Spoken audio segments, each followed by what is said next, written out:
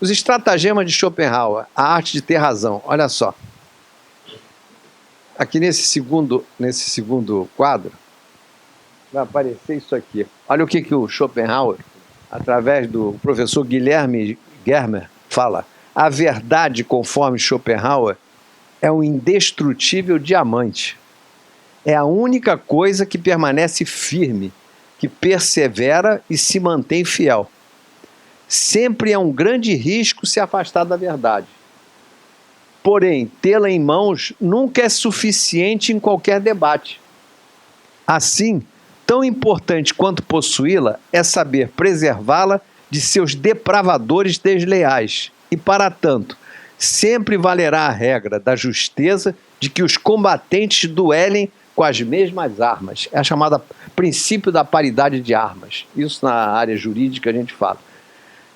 Com esse fim, sobretudo de defesa da verdade contra os erísticos trapaceiros, a erística é justamente essa distorção da verdade, e com os recursos da própria erística, bem como o de denunciar ironicamente o comportamento dos últimos, Schopenhauer escreveu A Arte de Ter Razão, que é esse livrinho que está aqui. E ele, nesse livro, ele diz o seguinte: a dialética erística é a arte de debater, e mais precisamente, debate de tal modo que se tenha razão, portanto, perfaz irefas, com ou sem razão. Aliás, é o que acontece, inclusive nas mais variadas contendas jurídicas. Duas partes sempre litigando e cada uma achando que tem razão. E aí utilizando-se de quê? De elementos, de argumentos, embora exista ali uma verdade, que muitas vezes permanece oculta, até porque, em muitos casos, a forma prevalece com relação ao fundo. É possível que você tenha até direito, mas, dependendo do próprio processo, às vezes você tem um processo longo, cheio de problemas relacionados a nulidades, a questões que não têm nada a ver com o fundo, e você vai se distanciando da verdade. E acaba vencendo o outro, que na verdade, entre aspas, não tem razão nenhuma. Então esse é o problema que o Schopenhauer trouxe à tona e que é aplicável perfeitamente aqui na nossa área jurídica. Tá? Então ele diz isso, por vezes mesmo diante dos próprios olhos não tê-la. Aí olha só, aproveitando também um colega nosso de MP, o Emerson Garcia, que é até o nosso consultor jurídico, um promotor brilhante, ele escreveu um artigo chamado O Uso da Dialética Erística na Argumentação Jurídica, o que se faz e o que não se deveria fazer.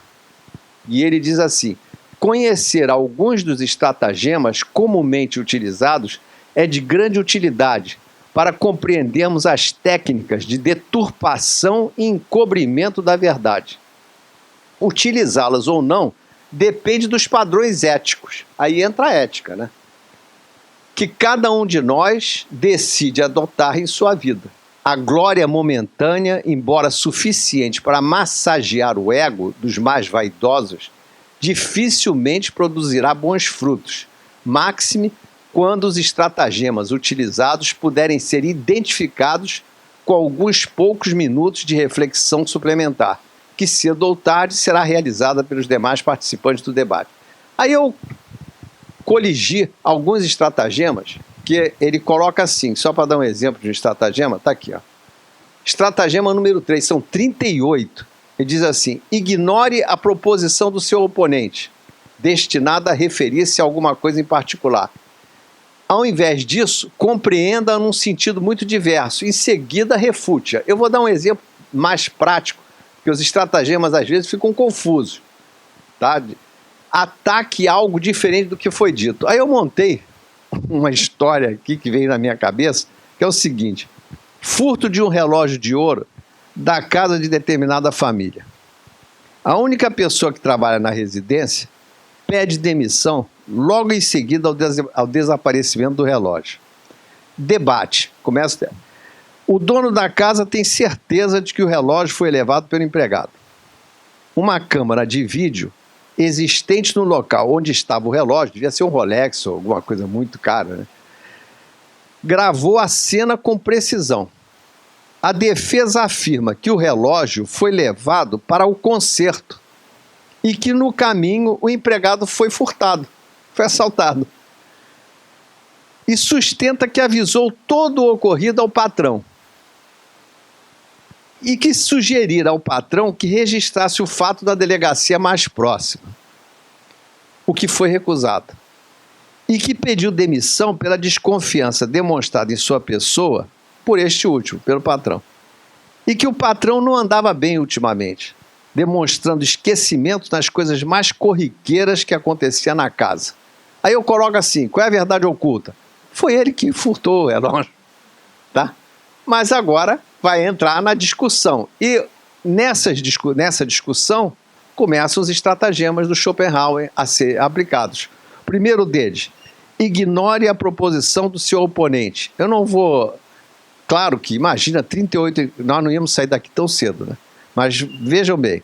Ignore a proposição do seu oponente, destinada a referir-se a alguma coisa em particular.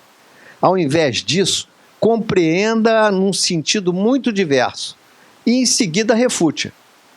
Ataque algo diferente do que foi dito. Aí eu montei assim como se fosse uma pequena... Somente 2 pessoas habitavam a casa. Essa seria a proposição, tá? Houve a cena da gravação e o pedido de dispensa do empregado no dia seguinte ao desaparecimento do objeto. Então foi isso que foi alegado. Aí o que a defesa faz? Nega o fato e começa a bater no esquecimento permanente por parte do patrão, pessoa de idade avançada. Ele já desviou totalmente o foco. Isso é um estratagema que a defesa também usa. Então, vocês entenderam o que o Schopenhauer quis colocar nesse estratagema? Então, você desvia e começa a falar em outra coisa. Você nega o fato, passa por cima e já diz o seguinte, ele já está velho e está esquecendo de tudo. Aí vocês vão ver o desenvolvimento disso aí. Esse é o estratagema 3 que eu peguei. Aí depois vem outro que diz assim, declare a sua proposição e demonstre a verdade dela, fazendo ao oponente uma longa lista de perguntas. É como se você tivesse já um julgamento mesmo. É uma técnica. Fazendo muitas perguntas abrangentes ao mesmo tempo, você pode ocultar aquilo que está tentando fazer com que o seu oponente admita. Você, em seguida, avança o argumento a partir de uma admissão do oponente. Isso é um jogo de inteligência, é claro, né? Aí, quais seriam as listas de perguntas que a defesa poderia fazer? Por que o senhor esteve no médico recentemente? Por que vem tomando remédio para depressão? Por que já pediu em vezes anteriores que o relógio fosse levado para a troca de bateria por ele empregado? Não é verdade que o senhor está sempre dizendo que esta região da cidade está cada vez mais violenta? Olha só, já está mudando completamente o foco Aí o patrão acaba admitindo, dizendo o seguinte, que vem tomando antidepressivo e tem tido crise de esquecimento. Com isso, diante dessa admissão por parte do patrão, você começa a explorar essa questão da depressão e do esquecimento, no sentido de afastar a acusação do furto. É uma técnica impressionante, que você começa a utilizar exatamente para desviar, e vocês vão ver isso aqui quando nós começarmos o debate. Mas eu só estou dando uma ideia do que sejam esses estratagemas. Outro estratagema, deixe o seu oponente furioso. Uma pessoa enfurecida é menos capaz de usar o seu julgamento ou de perceber onde residem as suas vantagens. Muito interessante. Então, partir para um ataque pessoal. Ele chama isso, inclusive, de defesa ad persona, ao invés ad rem. Pessoa mesquinha, aí começa a gritar, pessoa mesquinha, contrária ao interesse dos mais fracos, a corda sempre arrebenta do lado mais fraco. Falsidade de acusações infundadas, e vai irritando. Isso no júri é muito comum, né? Acontecer. Você vai irritando, é o que mais existe. Então, na verdade, ele desloca do objeto para a pessoa.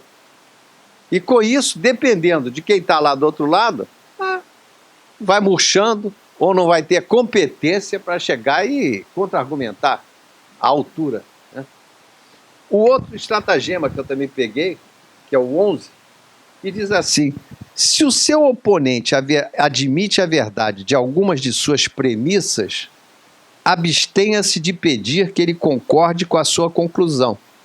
Deixa, não pergunta nada. Mais tarde, introduz as suas conclusões na conversa como coisa resolvida ou admitida por ele. O seu oponente e outros na assistência poderão ser levados a acreditar que foi de fato com a sua conclusão que ele concordou. Você vê como é a habilidade, né, de você enganar. Exatamente, a arte de ter razão. Aí ele pode dizer assim: realmente tenho andado deprimido e talvez essa seja a causa de algumas falhas de memória. Olha só, ele já levou para o outro lado, só para esse lado de sanidade mental. Né? Já pedi a ele sim que levasse o relógio para a troca de bateria. Não me lembro de que tenha me comunicado algo relacionado a furto na rua. Sei que esta região onde resido tem ficado bastante violenta. Aí que a defesa faz é o seguinte: fica claro, portanto, que tudo está ligado ao esquecimento do fulano, patrão. E que a acusação de furto do relógio na sua residência é totalmente falsa. Fica claro também que não foi a primeira vez que levei o relógio para a troca de bateria e que esta região está ficando cada vez mais violenta. Então, a defesa já vai se formando exatamente. Logo, não houve o furto do relógio por parte do empregado. Essa defesa já conclui, tá? Já passa por cima disso tudo. Foi fantástico. Depois, esse nem precisa dar o exemplo. Se o seu oponente pressioná-lo com uma evidência, eu estou também correndo um pouco mais, mas é uma boa. É 17. Se o seu oponente pressioná-lo com uma evidência contrária, você pode, com frequência, safar-se defendendo alguma distinção sutil.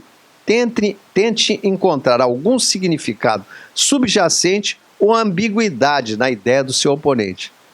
Aí diz assim: a pressão pode ser a seguinte: qual o porquê de o funcionário ter pedido demissão logo após o desaparecimento do relógio? Pergunta óbvia, né? Por que ele pediu demissão? Mas aí, pois é. Aí ele diz assim: melhor pedir demissão do que ficar suportando a injustiça de ser acusado de furto que não cometeu. Principalmente de ter relatado ter sofrido um assalto ao levar o objeto para o concerto e sentir que o patrão não estava aceitando aquela verdade. Exatamente isso. É muito interessante, né? As manobras que você vai fazendo, as distorções, exatamente para encobrir a verdade. Bom, eu vou dar um salto aqui, nós já estamos mais adiantados, e eu tenho que ler o... Quando a audiência... Será que você pega o 28 para mim? Não, aqui o estratagema... 28? O 28. Olha, quando a audiência consistir de indivíduos ou uma pessoa que não sejam autoridade no assunto, tá? Isso acontece muito no tribunal do júri, ele vai contar isso para vocês. Que às vezes você tem jurados que não entendem nada, né? E que são enganados com uma facilidade muito grande. Você tem que tomar um cuidado incrível, porque no fundo é um teatro. Exatamente. Esse é o grande perigo do júri, que é um teatro. Aliás, só abrindo um parênteses, sabe que eu funcionei num júri e um crime gravíssimo. E não é só o fato do teatro, né? Mas eu fui... Bom, aliás, nós temos um grande advogado de júri aqui, né? Que é o pai dele. E você sabe disso, né? Nós já fomos ex-adversos. Mas teve um caso, Mário, eu não sei, acho que eu nunca te contei isso, não. Um crime gravíssimo, e no final deu 4... Não, foi 6-1. 6-1 pela condenação. Era gravíssimo o fato. Tem um estupro, atentado violento ao pudor e depois homicídio para... ocultação. Não foi não. Não. A professora, isso mesmo. Você se lembra? Isso, exatamente. Sabe o que aconteceu? Aconteceu o seguinte, me procuraram depois, sabe para quê? Para perguntar o seguinte, para me dizer por que tinha votado pela absolvição. Eu disse, isso não interessa, a senhora é jurada, não sei o quê. Aí ela disse o seguinte, na minha religião, na minha seita, só Deus pode condenar. Aí eu disse, então a senhora vai ter que funcionar num tribunal divino, que aqui não dá. Sabe? Não é verdade isso?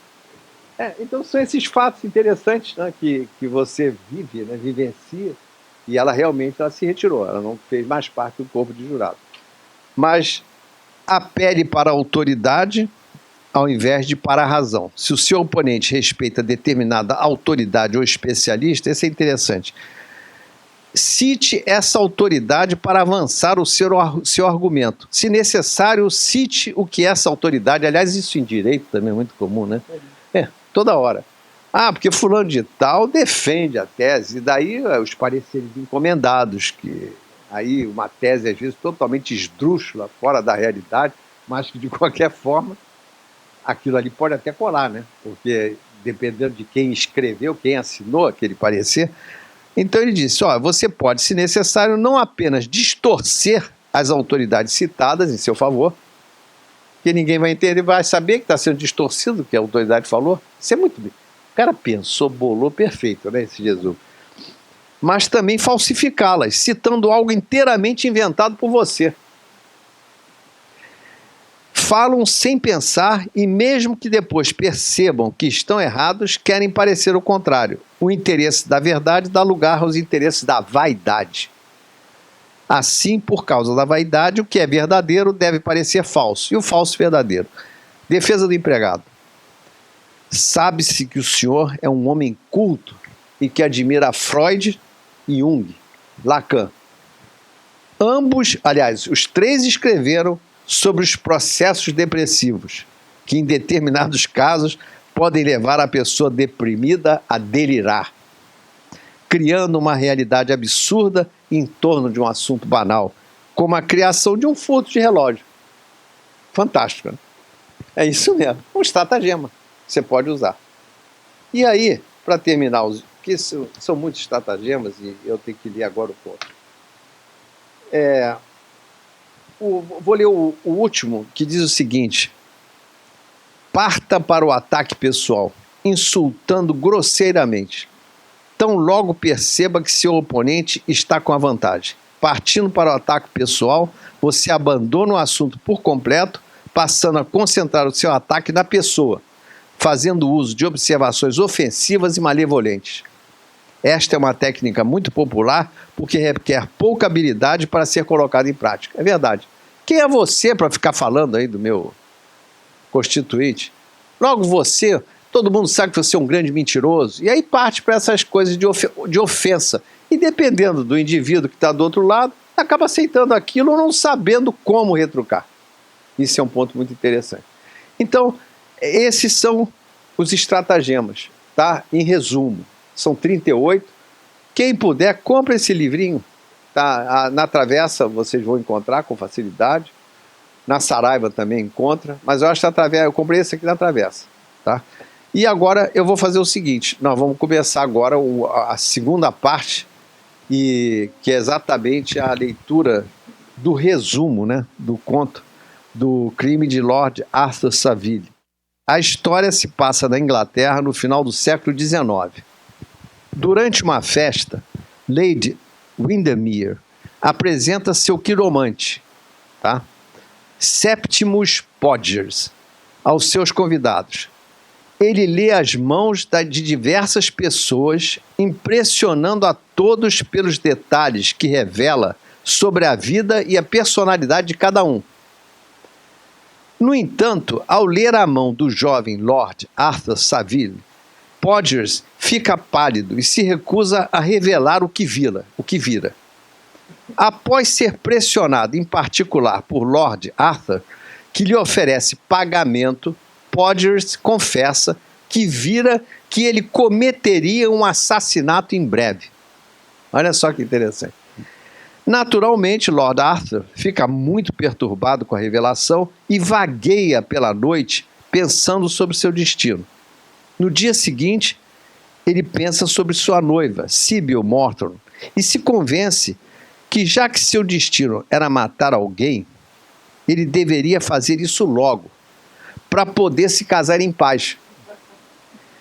Lord Arthur passa em revista seus amigos e parentes em busca de uma vítima apropriada e se decide por Lady Clementina Beauchamp, uma prima idosa de sua mãe. Uma vez tomada sua decisão, ele começa a tratar dos preparativos para matar a tia, né? A prima. Lord Arthur escolhe veneno como o melhor método. Consultando alguns livros sobre toxicologia no seu clube, ele seleciona um veneno apropriado e manda preparar a receita numa farmácia próxima. E teria que ter uma receita médica, mas como ele era muito conhecido, um homem importante da nobreza, da realeza britânica, eles até abriram mão. Não precisa de receita não, porque ele disse que era para tratar de um cão, um dos seus cães que estava raivoso. Ele usaria o veneno para liquidá-lo.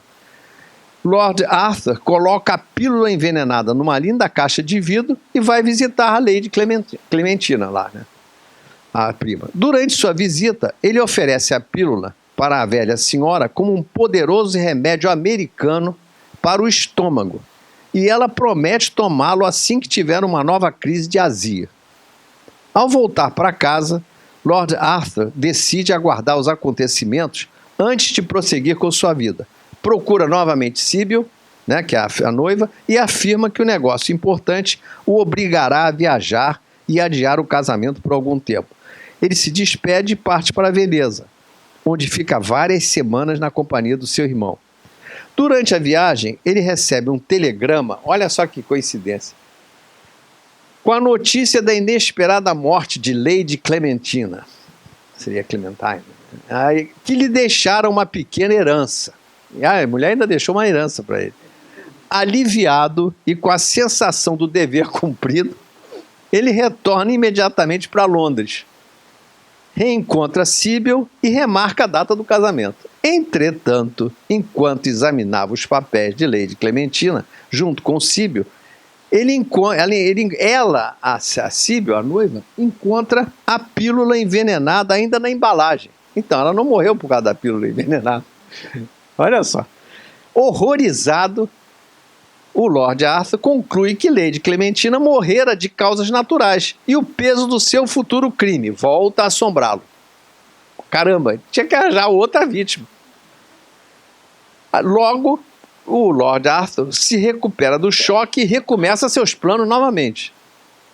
Aí ele adia novamente o casamento, para desespero da família, mas a Sybil confia totalmente nele. E aí ele escolhe o tio dele, que é o Deão de Chichester, como sua nova vítima. E decide usar explosivos desta vez. Olha só que interessante. Ele encomenda um relógio com uma bomba a um anarquista alemão que providencia a entrega e o ajuste da bomba para a data e o horário desejados. Passam-se alguns dias e nada acontece. Lord Arthur acaba recebendo uma carta da prima que conta sobre o relógio recebido e como ele faz pequenas explosões inofensivas um tanto divertidas. Tá muito bom, né? Fracassando na sua segunda tentativa, o que fez o Lord Arthur? Desiste de preparar assassinatos e vai passear na beira do Tâmisa. À noite, de repente, encontra Podgers, que é o quiromante.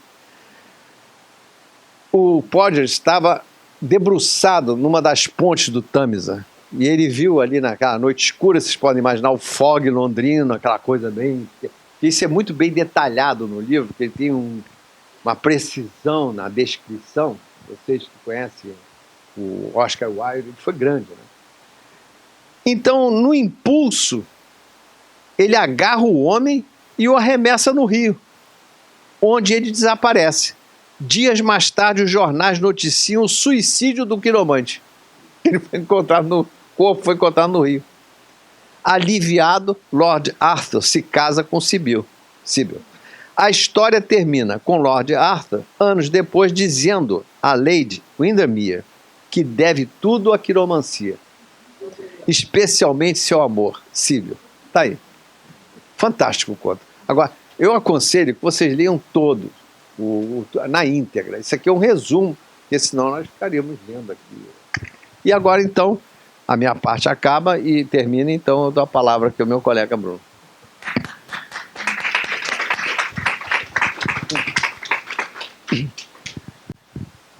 Olá pessoal, tudo bem? Boa noite. Para quem chegou depois, meu nome é Bruno Gaspar, sou promotor de justiça aqui no Rio de Janeiro. Recebi com muita honra, com muita alegria, mais esse convite do meu colega Adolfo Borges para estar aqui na PUC com vocês, para retornar à PUC, né, porque fui aluno de graduação da PUC. Na nossa carreira, né, a gente tem pouquíssimos promotores que vieram da PUC. A gente sabe que a PUC é uma universidade que a maioria dos estudantes vão para a advocacia, estudantes de direito, né? Pelo menos na minha geração, no meu concurso, poucos vieram aqui da PUC, apesar de ser uma excelente universidade. E é sempre bom estar aqui de volta para conversar. Da outra vez a gente falou sobre direito eleitoral, hoje estamos conversando sobre júri, então te agradeço mais uma vez pelo convite. Também cumprimento o Rodrigo, que... Cumprimento o Rodrigo, que ainda não vi as exposições dele, mas tenho certeza que vai ser, já conversamos algumas vezes. Só para passar para vocês mais ou menos o que a gente conversou, a ideia não seria eu fazer aqui uma espécie de acusação, não, o que a gente combinou não era eu fazer exatamente uma acusação, um júri simulado, nada disso. O que nós combinamos é que eu falaria rapidamente sobre o que em tese, quais em tese foram os crimes cometidos pelo Lord Arthur, e depois contaria um pouco para vocês como isso se processa, como acontece um tribunal do júri, como essas questões são discutidas no âmbito do tribunal do júri, né? Eu sou promotor de justiça vou fazer 14 anos. Desses 14 anos, hoje eu não estou no júri, mas 9 eu trabalhei exclusivamente com o tribunal do júri. Toda semana tinha um tribunal do júri para fazer, e é uma paixão que eu tenho, eu gosto muito, é bonito, é cansativo demais, mas também tem um momento em que o promotor de justiça, o advogado de defesa, é o momento em que o advogado se sente mais próximo da sociedade. A sociedade está ali decidindo o resultado de um julgamento, porque quem decide no final das contas é o jurado, e o jurado é uma pessoa que não é formada em direito, na maioria das vezes, é um cidadão comum, idôneo, mas um cidadão comum que não necessariamente tem uma formação técnica, e a ideia do tribunal do júri é justamente essa. Tá? Mas sobre o júri eu vou falar daqui a pouco. Fiz algumas observações, vou até ficar em pé aqui, porque é mania de promotor de júri também, né? Nunca falar sentado, porque senão o jurado se distrai, dorme, e você não consegue falar. Tem que jogar o processo no chão para tentar. Muito café. E eu vou passar para cá só para ficar mais perto aqui de vocês. E a gente vai conversando. Eu fiz algumas anotações, porque o conto fala do crime do Lord Arthur. Não é assim o nome do conto? E a gente vê que está no singular, né? Vocês acham que foi um crime só que ele cometeu ou não? Não, né? Ele só cometeu um crime. E tentativa não é... Tentativa é crime. Então, ele cometeu um homicídio consumado, e então é bom até falar sobre isso, porque, na verdade, foi um crime consumado, um homicídio consumado, ele efetivamente retirou a vida de uma pessoa, e 2, em tese, né, tentativas de homicídio. Uma contra a Lady Clementina, a prima idosa da mãe dele, e outra contra o tio, né? Tio. Então, vamos à primeira. Primeiro, uma tentativa de homicídio contra a Lady Clementina. Ele fez tudo o que ele podia fazer para matá-la, de acordo com o método que ele escolheu para matá-la? Fez. Então ele... Não, ele não deu, ele deixou lá. Não, mas dentro do plano dele, estava tudo certo. Na próxima azia dela, que ela tinha toda hora, ela morreria. Claro? Então, Ele preparou o veneno, mandou fazer o veneno, entregou o veneno e falou, olha, vou esperar o momento dela morrer.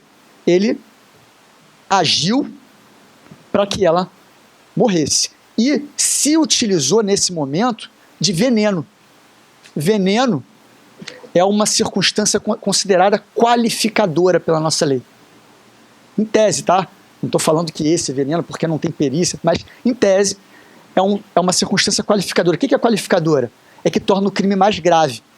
A pena mínima passa de cara de 6 para 12 anos. Porque um veneno é considerado um meio cruel. Da mesma forma que se fosse queimado uma pessoa. É uma morte que gera um sofrimento além do sofrimento comum. Esse seria, em tese, um crime qualificado pelo uso de veneno. A lei que qualifica isso, tá? Assim como asfixia também é um meio cruel, inciso 3º.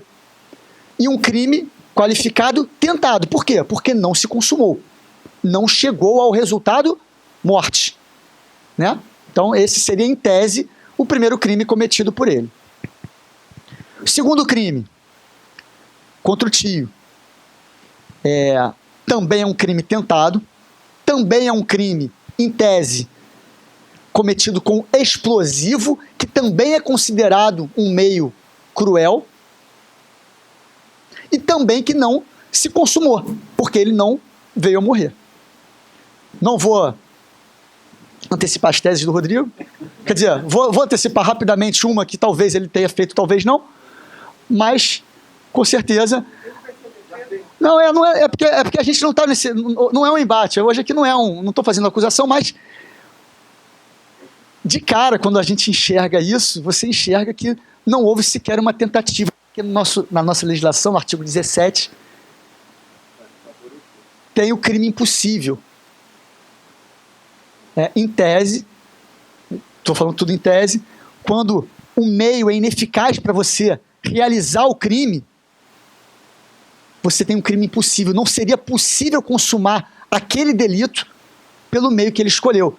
Pelo veneno, o veneno seria um crime impossível? Não. O veneno não é crime impossível. Porque o veneno efetivamente poderia matar. Mas aquela explosão do relógio, aquele meio escolhido do relógio, os explosivos, não é um meio eficaz para produzir o resultado morte.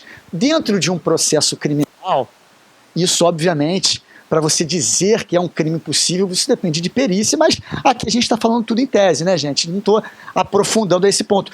Isso dentro de um processo criminal se exige até um laudo, falando, olha, realmente o meio era ineficaz para produzir o resultado morte. Não é o caso aqui, a gente está fazendo tudo uma questão em tese. E por fim, temos um homicídio consumado contra o quiromante. Também tem várias teses possíveis de defesa, depois o Rodrigo vai falar sobre as teses, que é um conto realmente interessantíssimo, né? E para chegar assim, então, teríamos 2 tentativas de homicídio, sendo que uma praticamente afasta o crime por ser crime impossível, e um crime consumado de homicídio. Agora, é um crime consumado de homicídio bonito, né, gente? É um crime bonito, que ele mata, no final das contas, ele mata por amor. E isso, quando a gente está no tribunal do júri, não raras vezes a gente observa situações relativamente semelhantes. A gente vê crimes passionais a toda hora. Pessoas que mataram num impulso, num momento de raiva. E que às vezes estão em prantos no momento do seu julgamento. Isso acontece toda hora. Pessoas que matam no impulso. Adolfo com certeza já ouviu defesas de tribunal do júri falando que o homicídio é o crime que todo mundo pode cometer um dia, né? A defesa sempre fala isso. O homicídio é um crime que todo mundo pode cometer. Você pode falar que não vai traficar, que você pode falar que não vai roubar, mas as defesas falam, né? Você nunca vai poder dizer que você não vai matar alguém. Toda hora a defesa fala isso. É interessante.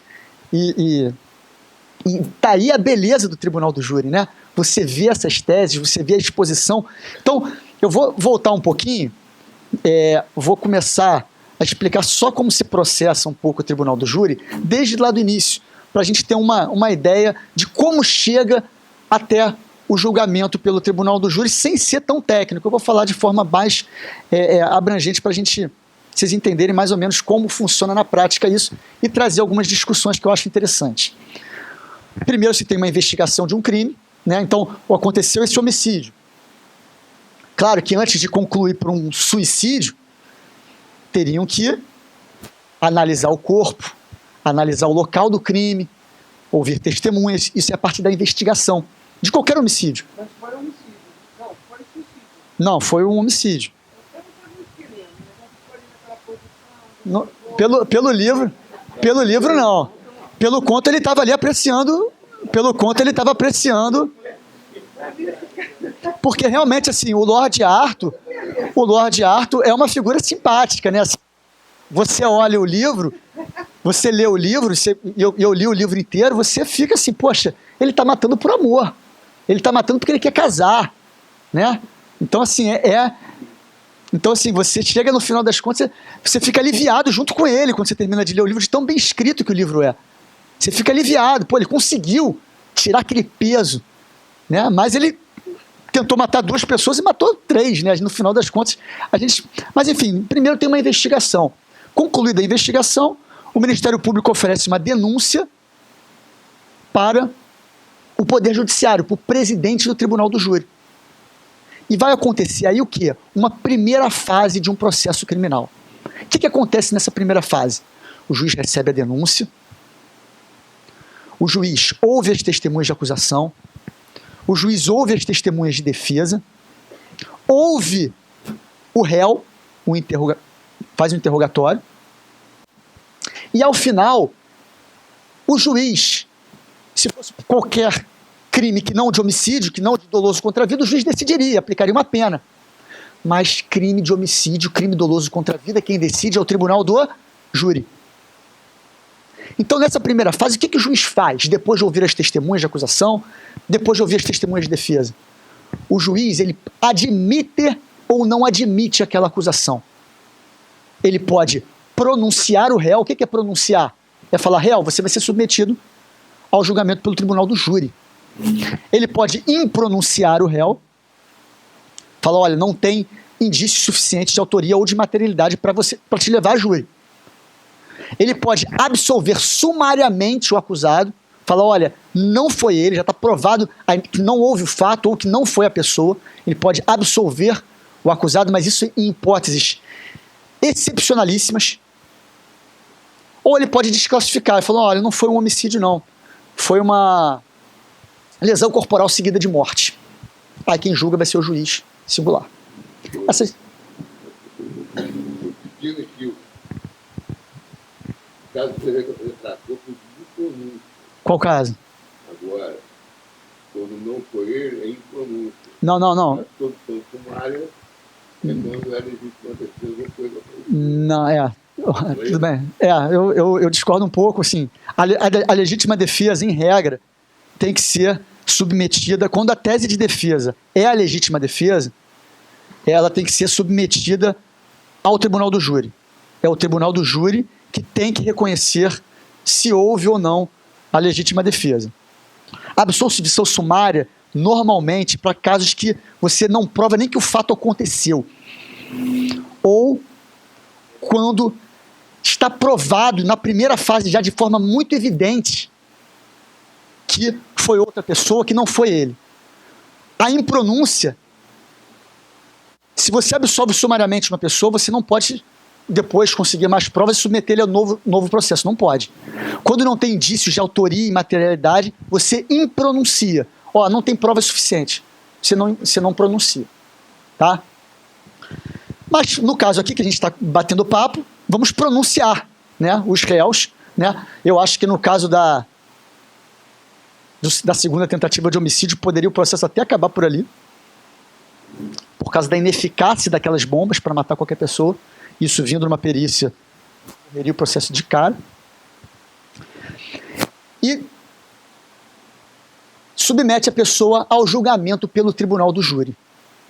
Chega o grande dia, antes do dia do plenário tem uma fase de diligências, as partes podem requerer diligências, e chega o dia do júri, é como está mais ou menos configurado assim, como está aqui. Tem normalmente 20 pessoas, tem que ter o mínimo de 15 jurados. Tá? Fica o juiz, o MP à sua direita, a defesa fica normalmente do lado de cá junto com a pessoa que vai ser julgada, e tem que ter no mínimo 15 jurados no dia, jurados que já estão selecionados, que ficam normalmente por 6 meses, compondo aquele grupo de jurados. A partir daí tem uma parte muito importante, que é a escolha dos jurados. Dos 15, vão ser escolhidos 7, sorteados. Sendo que, a partir do momento que se sorteia, o MP o promotor pode recusar 3 injustificadamente e a defesa pode recusar 3 injustificadamente. Ou seja, eu não quero você porque eu não quero. E aí tem vários fatos curiosos. Teve uma vez uma jurada de Teresópolis, ela ia com uma camisa de Nossa Senhora. E eu falava, essa mulher não vai condenar ninguém. Aí eu recusei ela a primeira vez, depois ela sempre ia com a mesma camisa, que ela não queria ser jurada, e sempre ia com a mesma camisa, e eu recusava ela toda vez que ela era sorteada. Porque esse momento é um momento importante, você tem que escolher o jurado de acordo com o crime que foi cometido. Isso é interessante. Quando morre uma criança, você trazer pessoas que foram mães recentemente, isso sob o ponto de vista da acusação, é importante. Da mesma forma que eu recusei essa jurada, que estava com uma vestimenta religiosa, e poderia levar a crer que ela não ia condenar ninguém por causa disso, porque só Deus condena. A defesa, muitas vezes, citando um exemplo aqui,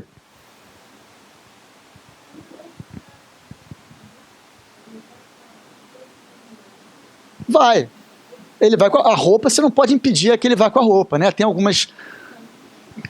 uma roupa de Nossa Senhora, e a princípio não tem problema. Da mesma forma que a defesa, por exemplo, se chegar alguém com uma camiseta escrito mito, né? As defesas provavelmente vão recusar também. Né? Aquela pessoa que quer condenar todo mundo, né? A defesa vai, por outro lado, condenar. Então, assim, esse é um momento importantíssimo, de você escolher quem vai julgar aquele fato de acordo com o crime que foi cometido. O perfil, isso é um momento interessante.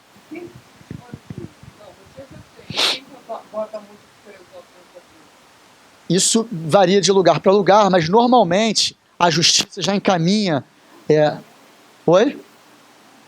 Depende do local. Por exemplo, no interior não tem... Assim, tem locais onde tem pessoas que têm interesse em ser jurados. Elas podem se inscrever para compor o corpo de jurados. Tem lugares onde não tem isso. Então, por exemplo, eu trabalhei muito tempo na região sul-fluminense. Lá a justiça mandava ofícios para as empresas grandes que tem lá, a Citroën, a Peugeot, a Renault, e pedia pessoas para compor o grupo de jurados durante 6 meses. E as empresas mandavam, porque precisava disso. Né? A sociedade precisa de corpo de jurados, senão não tem julgamento. Né? E normalmente é assim, quando as pessoas não se inscrevem, se solicita pessoas da prefeitura, funcionários da prefeitura, de empresas, e tenta fazer, dentro do possível, um corpo de jurados heterogêneo. Né? Essa é a ideia do tribunal do júri. Então, no dia do júri, sorteia-se, os outros que não foram sorteados podem ir embora, e ficam os 7 jurados para começar o julgamento.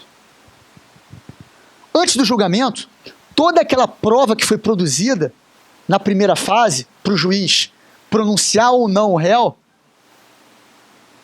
ela pode ser repetida.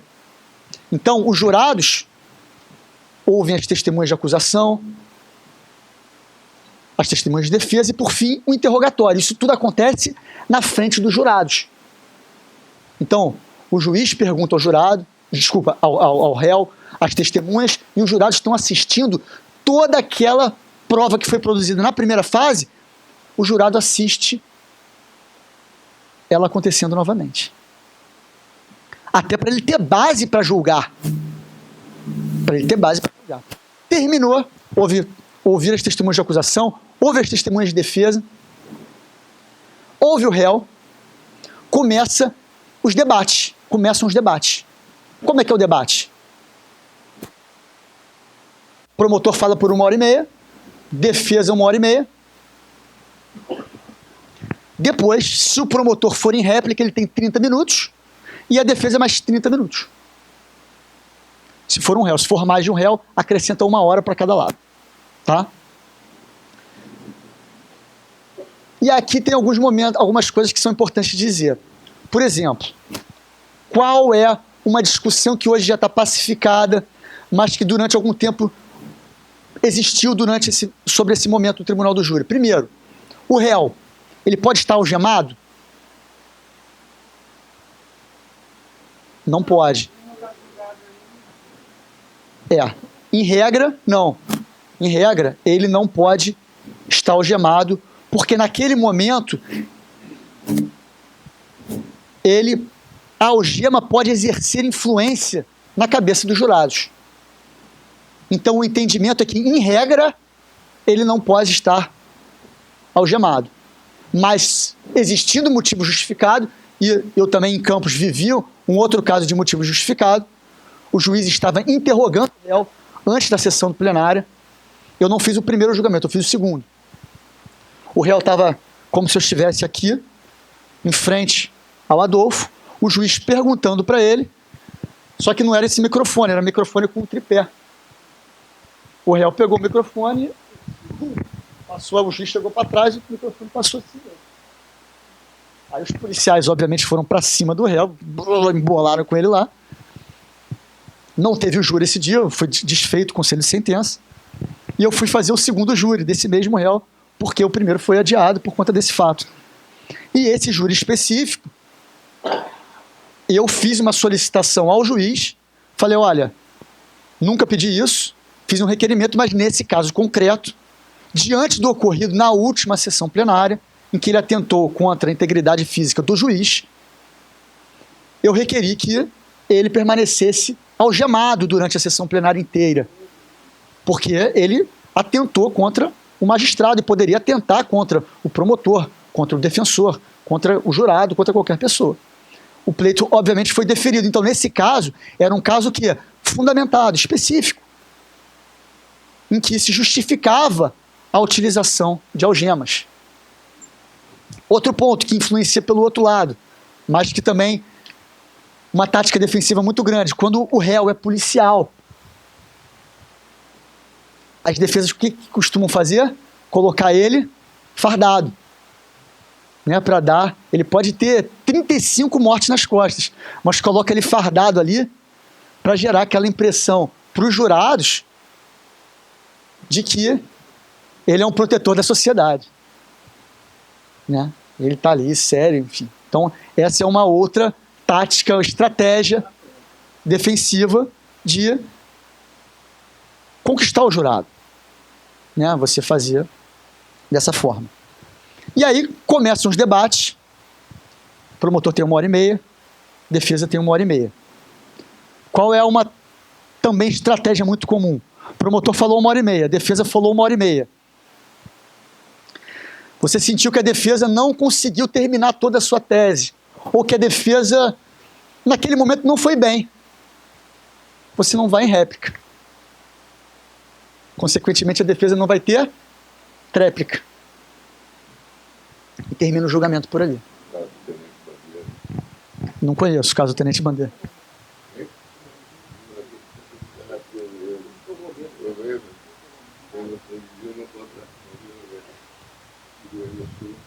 Não foi a época. É. Então, Quem confere se o juiz é um juiz formadinho dele? o juiz, Porque juiz de carreira, é juiz aprovado em concurso. tem no Supremo um cara que não foi nada. Não. Não. Não. O juiz do Supremo, Eu não sei. com certeza. Mas o Supremo Tribunal Federal é diferente. Cara, e aí, querido? Cadê essas coisas aí? Quero ver. Não, mas olha só, o juiz, quem vai julgar no tribunal do júri não é o juiz só aplica a pena, tá? Ah, tá. Quando não é crime, Doloso contra a vida? doloroso toda a vida. Isso, quem vai julgar é o jurado, o juiz aplica a pena de acordo com a decisão dos jurados. E os jurados, por sua vez, não podem ter antecedentes criminais. Os jurados têm que ter uma vida pregressa. É isso. O júri popular é isso.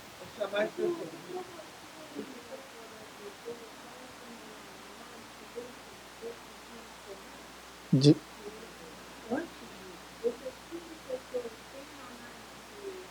Você tem, normalmente, quando chega para você, tem só profissão. Na hora do júri, você sabe só a profissão, você olha na cara da pessoa assim, pô. Ah, normalmente não. Tem júri toda semana, às vezes 2 por semana. Você não tem tempo de ficar, ah, não, esse aqui é professor, esse aqui é advogado. Não. Você vai fazendo de acordo com o que tem ali. É difícil. Não, assim, claro que a gente sabe que, vendo filmes americanos, tem escritórios de advocacia especializados, né, na escolha de... O advogado do diabo, fantástico, né? O júri, fantástico. Tem pessoas especializadas em estudar o perfil. Mas não é... A nossa realidade aqui, gente, é outra. É o homicídio... Sim. Mas...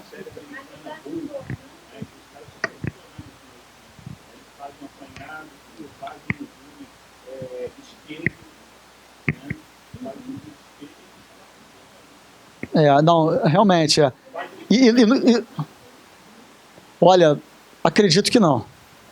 Não acredito que vá muito por esse lado, porque perde-se muito controle e tem uma rotatividade muito grande dos jurados. Então, assim, você vai ter que fazer isso num universo muito grande de pessoas e a eficácia é muito pequena. Pelo menos por parte do MP, a gente não trabalha... Né? Você vê na hora, né? Você sente... Eu fui titular do júri de Campos 2 anos.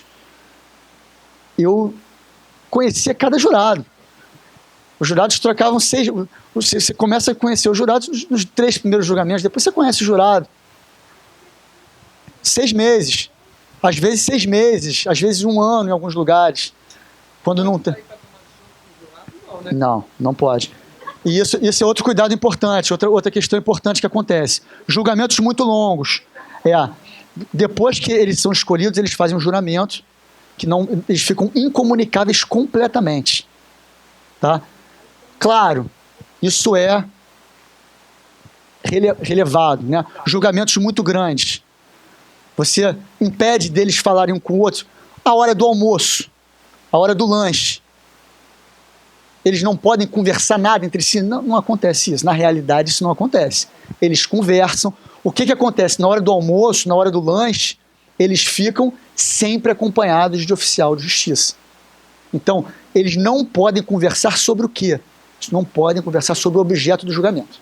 Eles podem falar como está o tempo lá fora, sobre um filme, mas jamais sobre o objeto, totalmente comunicável nesse ponto. Não pode usar o celular. Tá?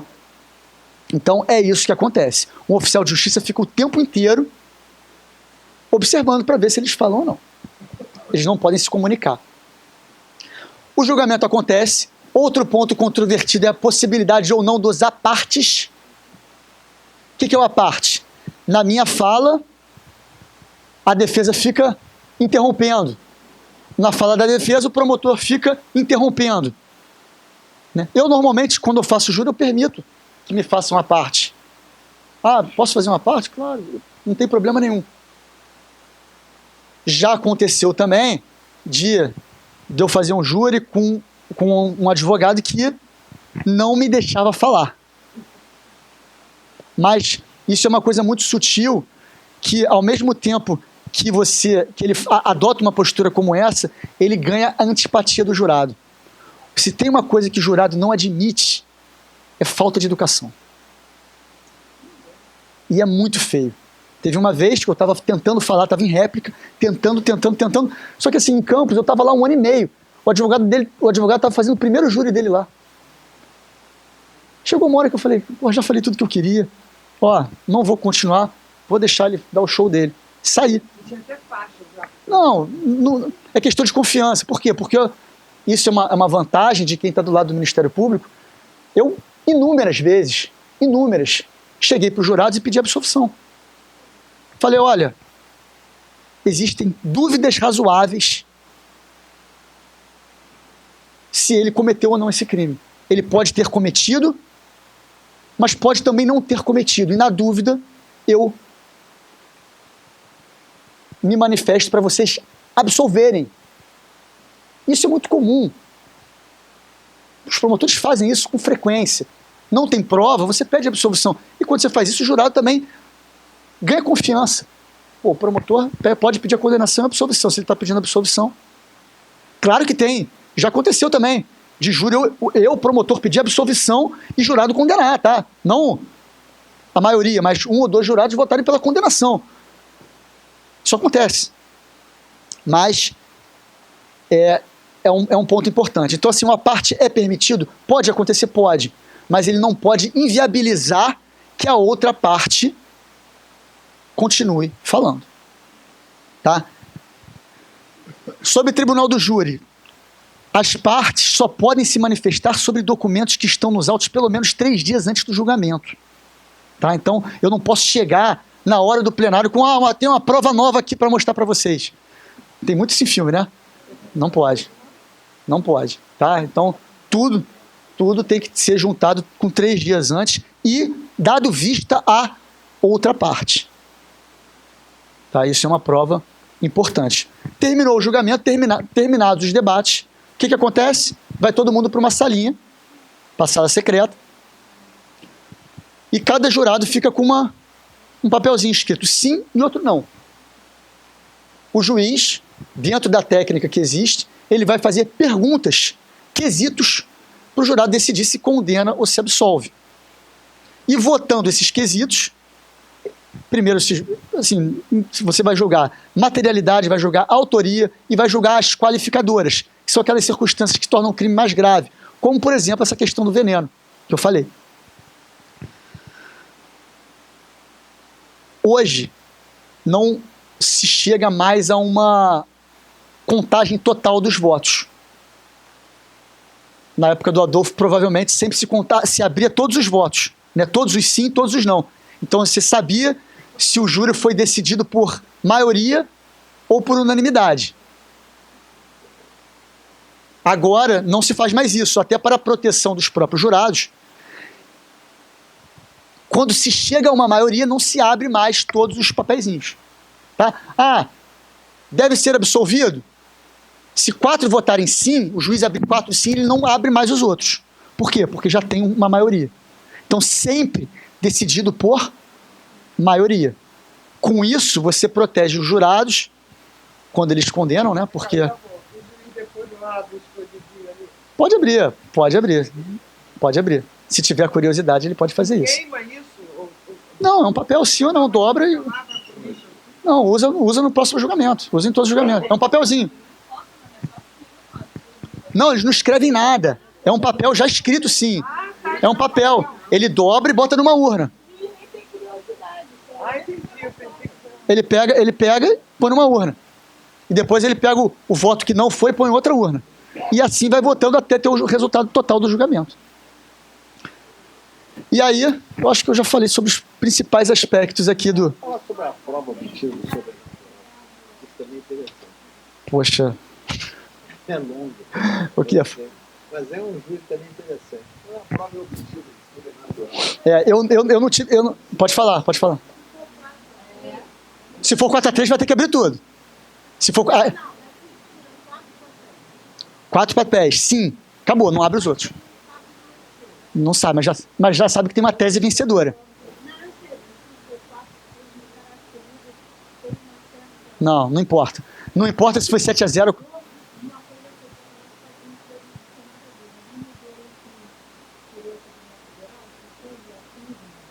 Não. Voto de órgão colegiado judicial é uma coisa. Voto de júri, basta obter a maioria. Então não importa se foi 4-3 ou 7-0. Tá? O destino do... Não, para o tribunal do júri não se pensa dessa forma. Se 4-3 também é certeza absoluta. E o tribunal do júri é soberano. O tribunal não pode mudar o julgamento do tribunal do júri. O tribunal do júri é soberano. O tribunal, se a prova for manifestamente contrária à prova dos autos, ele pode anular o julgamento e mandar submeter a outro júri. Mas ele é soberano porque o tribunal, o recurso, ele não pode... vou mudar o resultado do júri. Não. Ele pode anular o julgamento e submeter a outro júri.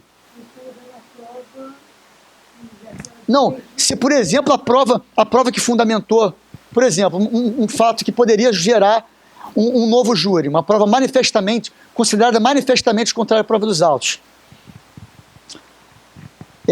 A defesa sustenta legítima defesa. A tese defensiva é legítima defesa. Tá? Legítima defesa, você não tem dúvida que a vítima morreu e que foi o réu que matou a vítima. Você sabe que foi ele que matou, né? E aí, chega na hora do julgamento, tem um quesito. Tá? Fulano de tal atirou contra a vítima tal? A defesa falou sim, atirou. A acusação também falou que atirou. Aí vem os jurados e falam, não atirou. Isso é uma prova o quê? Manifestamente contrária. Nem a defesa sustentou aquilo. A defesa sustentou o quê? Que ele atirou e depois vai ter um quesito específico para julgar o quê? A legítima defesa.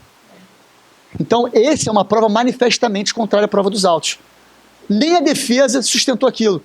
Os jurados, por desatenção, porque o juiz, na hora de votar o quesito, ele explica, olha, nesse quesito, que o fulano de tal atirou na vítima tal, tanto o MP como a defesa querem que vocês votem sim. Aí vão os jurados lá e votam não. Isso anula um julgamento. Então, não, olha só, o julgamento deles ali vai ser soberano. O que eu dei um exemplo é de uma prova manifestamente contrária à prova dos autos. Né? Uma decisão manifestamente contrária à prova dos autos. Ou seja, não se discutia que foi A que matou o B. Discutia-se legítima defesa. Então, nesse caso, normalmente, o tribunal vai e submete novo julgamento. Se a maioria dos jurados assim decidir. Tá? Gente.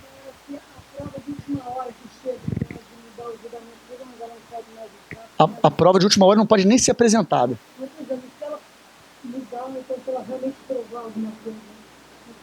Não vai. Você não pode usar ali. Né? E se o tribunal mantiver aquela decisão, fizer trânsito julgado, não ter. Não tem jeito.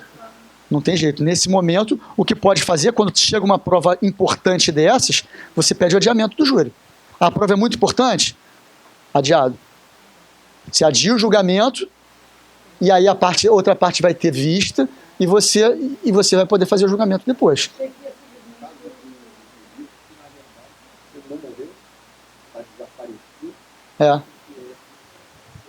Isso aí você...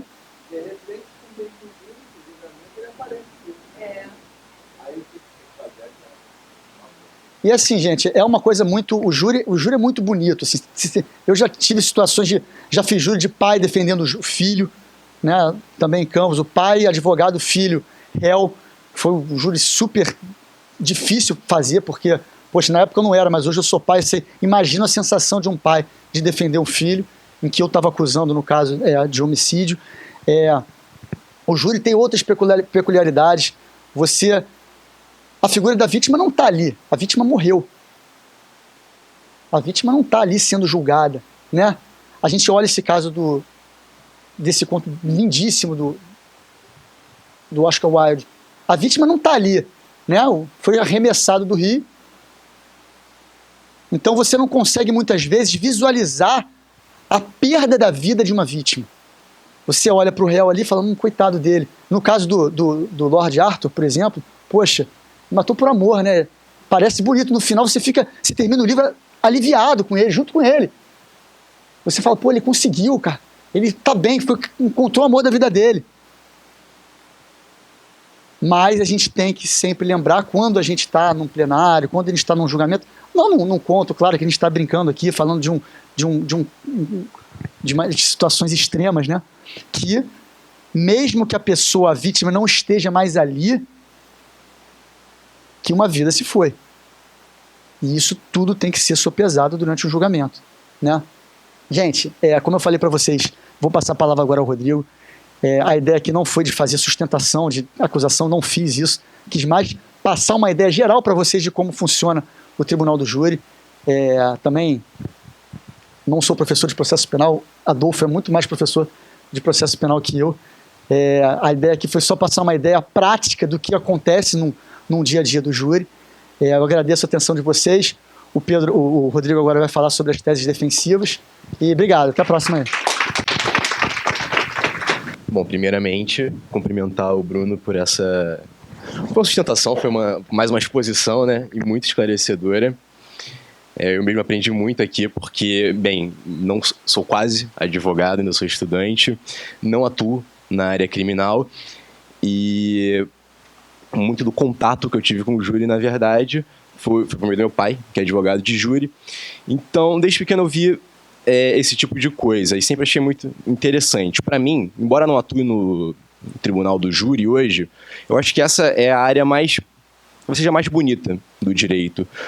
Em primeiro lugar, porque é onde você resolve crimes dolosos contra a vida. Ou seja, é uma coisa que é de alta indagação moral para todos. E o tribunal do júri, justamente por ele contar com jurados populares que não têm necessariamente formação em direito, ele é muito mais aberto. Aqui a gente não precisa só falar de direito. E eu acho que essa é a forma como eu posso tentar contribuir hoje para essa conversa que a gente está tendo. Da outra vez que o Adolfo me convidou para vir aqui, a gente falou de conversou sobre um conto do Machado de Assis. E nesse caso a gente de fato fez um júri, acusação, defesa, e acabou que o tribunal do júri entendeu por absolver, mas acho que muito menos focado no que o direito dizia e muito mais em questões sociológicas, questões de história, porque assim como esse conto, o outro ele se passava no final do século XIX. Então era um marido que encontra a mulher com o melhor amigo e mata os dois. Então o que eu tentei convencer os jurados naquele momento? De que era uma legítima defesa da honra. No direito, isso hoje está absolutamente ultrapassado. Não existe mais. Não há meio de você tirar uma vida para defender a sua honra. Ou seja, esse crime passional, essa coisa, até você pode conversar uma redução, até um aumento da pena, mas nunca você vai livrar alguém de uma pena por conta disso. Então eu tentei mostrar que naquela época a honra era uma coisa que tinha um significado muito diferente do que tinha hoje. Era uma coisa muito mais relevante. E os jurados, eles, naquele momento, fizeram dessa forma. Ou seja, a argumentação que venceu naquele debate, ela foi muito mais voltada para a história do que propriamente pelo direito. Eu, estudante de direito, sinto que no campo do direito não tenho muito como tanto a contribuir aqui, justamente por estar diante aqui de 2 membros do Ministério Público, que são atuantes já há 15 anos, você está no 14 anos no Ministério Público já, então acho que tudo que ele falou aqui é muito mais interessante do que eu tenho para contribuir nesse aspecto. Então,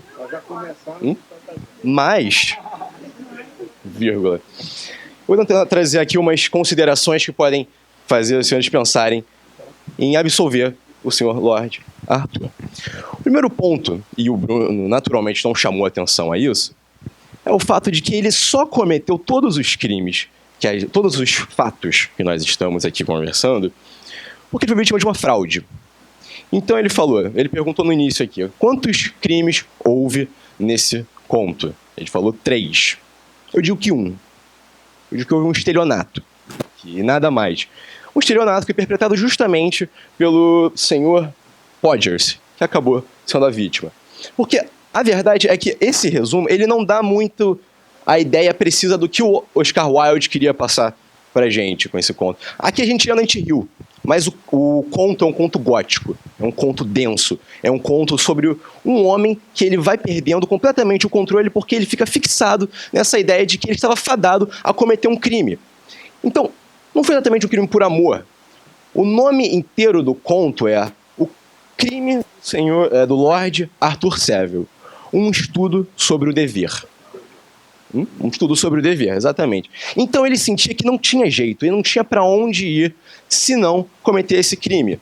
Então, para começar aqui a defesa dele, eu queria lembrar de uma situação parecida na literatura em que isso aconteceu.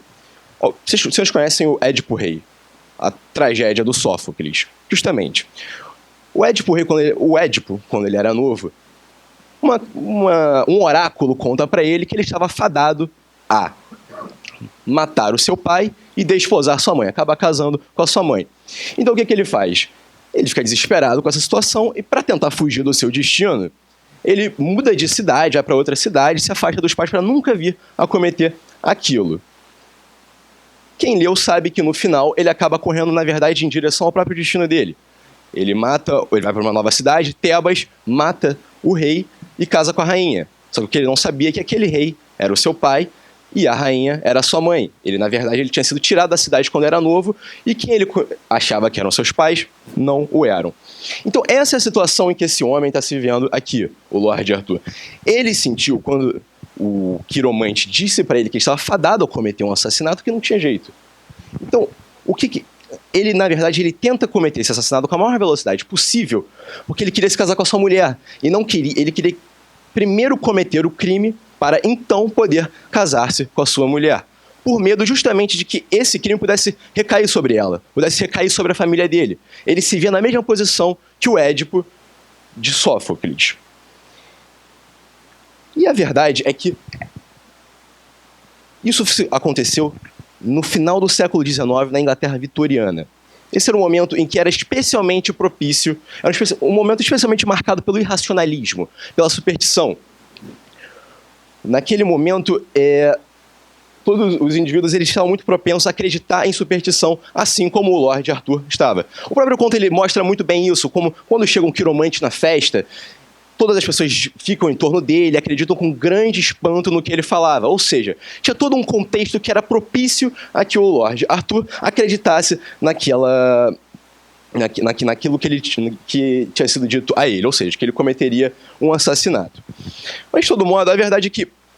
Vai até fazer uma pergunta. Alguém aqui viu o horóscopo hoje? Alguém aqui acredita em astrologia? Isso a gente está aqui no século XXI. Estamos em 2019. E ainda hoje a gente tem todo o conhecimento, toda a ciência do mundo a um clique, e nem por isso a gente deixa, já que em astrologia, há muitas pessoas que se consultam com cartomante, com quiromante, necromante, seja lá o que for. Então, imagina naquele momento em que eu não estou querendo aqui equiparar a astrologia à superstição, só foi coisa diferente, mas enfim. O ponto é, nesse momento, ele estava muito mais propenso a isso. E naquele momento, por exemplo, para dizer, era um momento especialmente supersticioso em que o povo ele estava muito... Ele acreditava em todo tipo de superstição, como por exemplo, que se você sonhasse com alguma pessoa, determinada pessoa, que ela ia morrer, que é uma coisa que a gente mantém até hoje. Os mortos, quando eles morriam em casa, geralmente, não tinha um atendimento rápido, isso na era vitoriana. Os mortos eles eram mantidos em casa, as pessoas tiravam fotos com os mortos. Eles tinham uma relação um pouco mórbida, um pouco mais mórbida do que a nossa com a morte.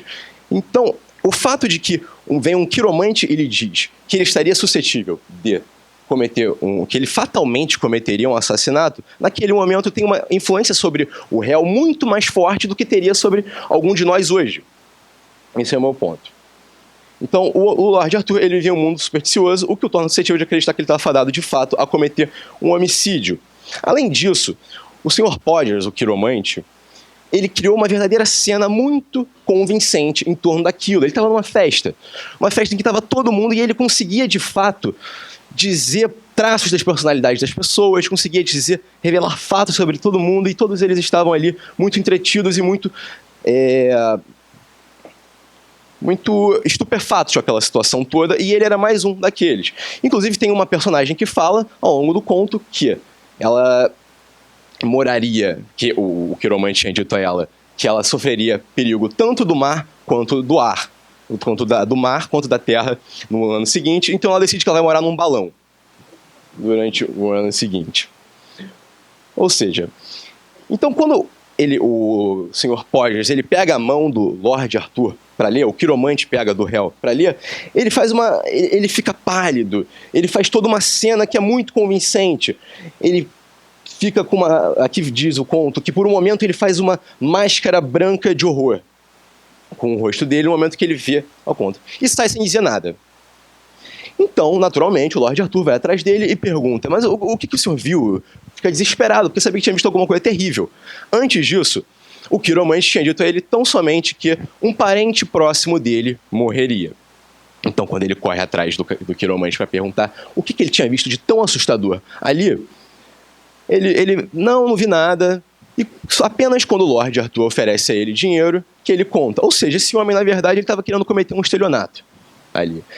Ele tinha a noção de que o Lord Arthur havia acreditado no que ele tinha dito, isso porque ele ficou desesperado, e ainda assim ele manteve a mentira, sabendo que esse homem ele poderia vir a cometer um homicídio, como de fato tentou, mas nem por isso ele desmentiu o que ele tinha dito. Isso por quê?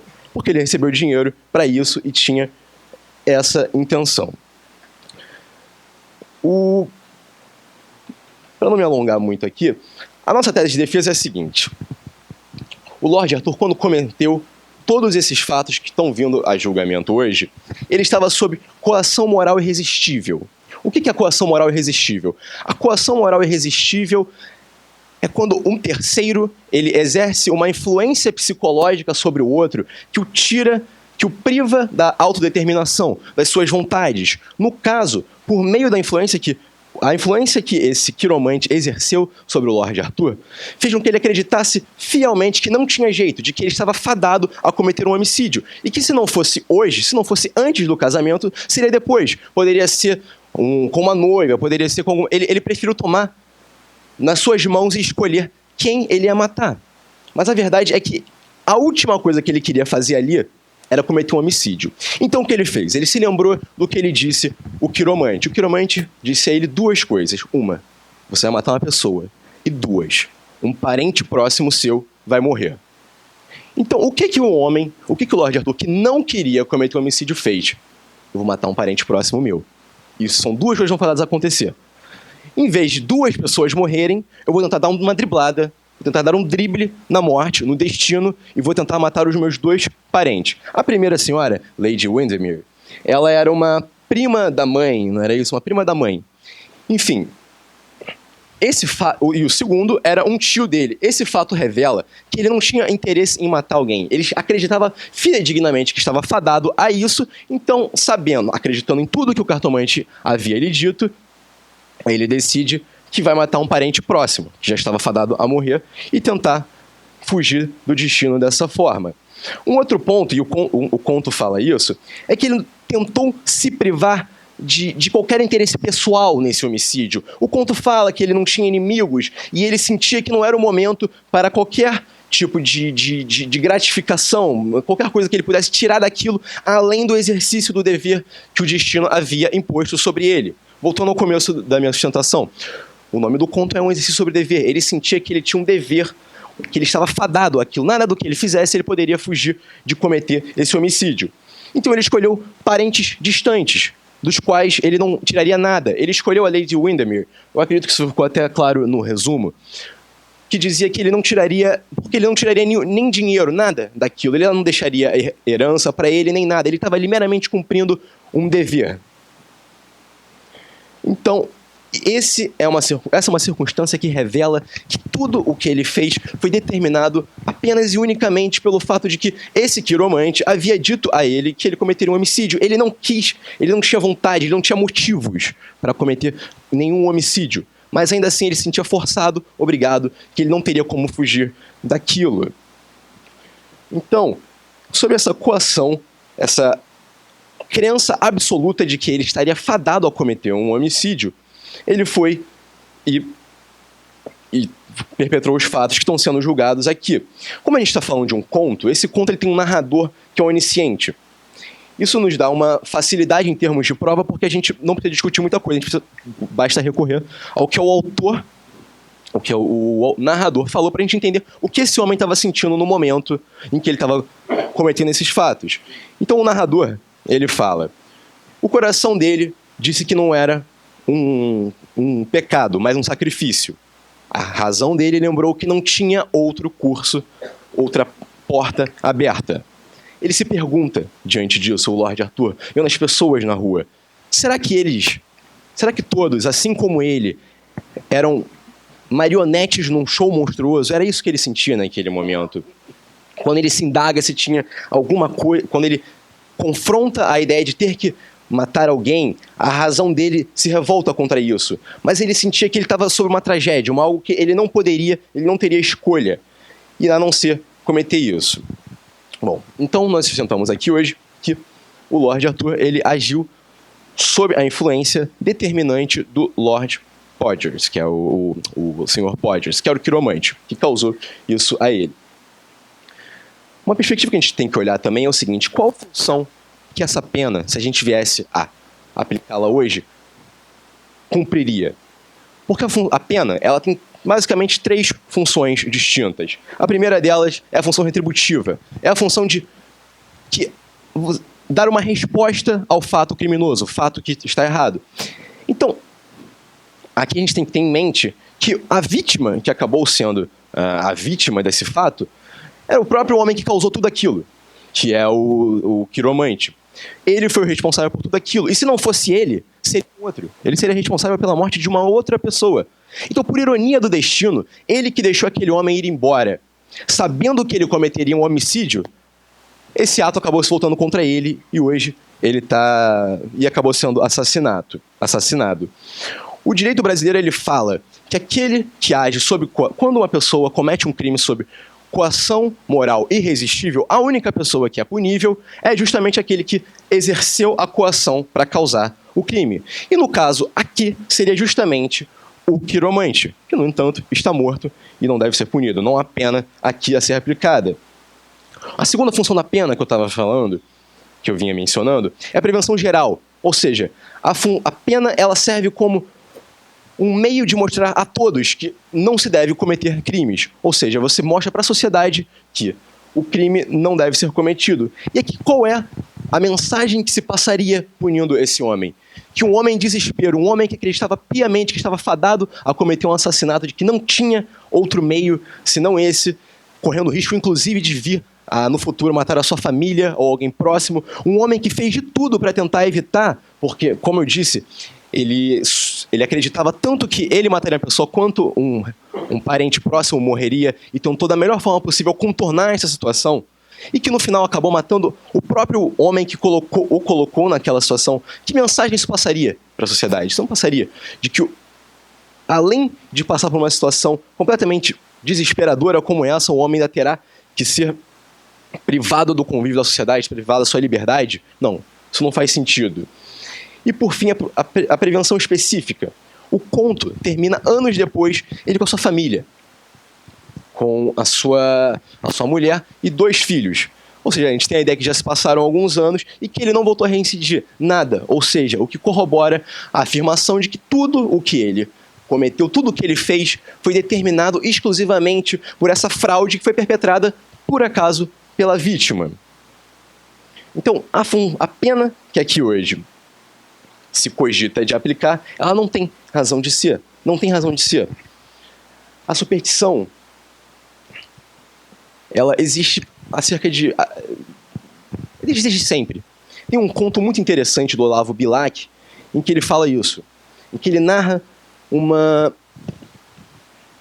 operação policial que aconteceu no começo do século XX, em que a polícia estava determinada a acabar com os supostos charlatães do além.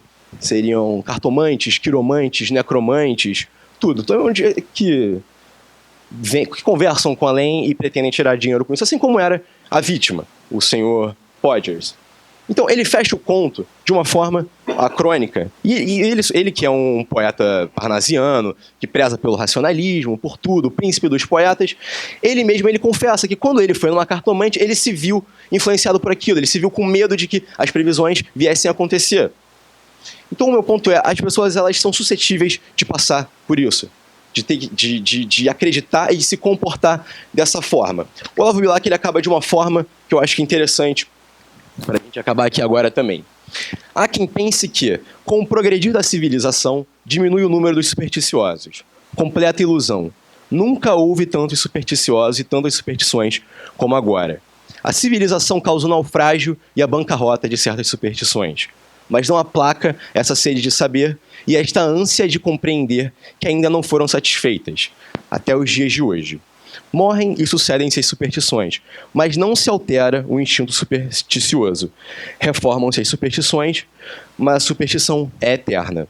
E hoje eu acredito que nós não devemos condenar um homem que foi antes vítima da superstição, desse instinto religioso, e que tentou de todas as formas possíveis mitigar os danos da crença nessa superstição.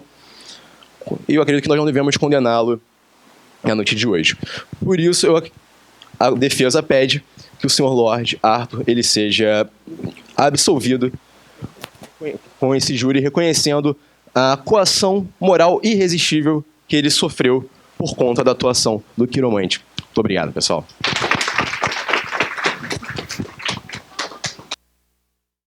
Boa noite a todos.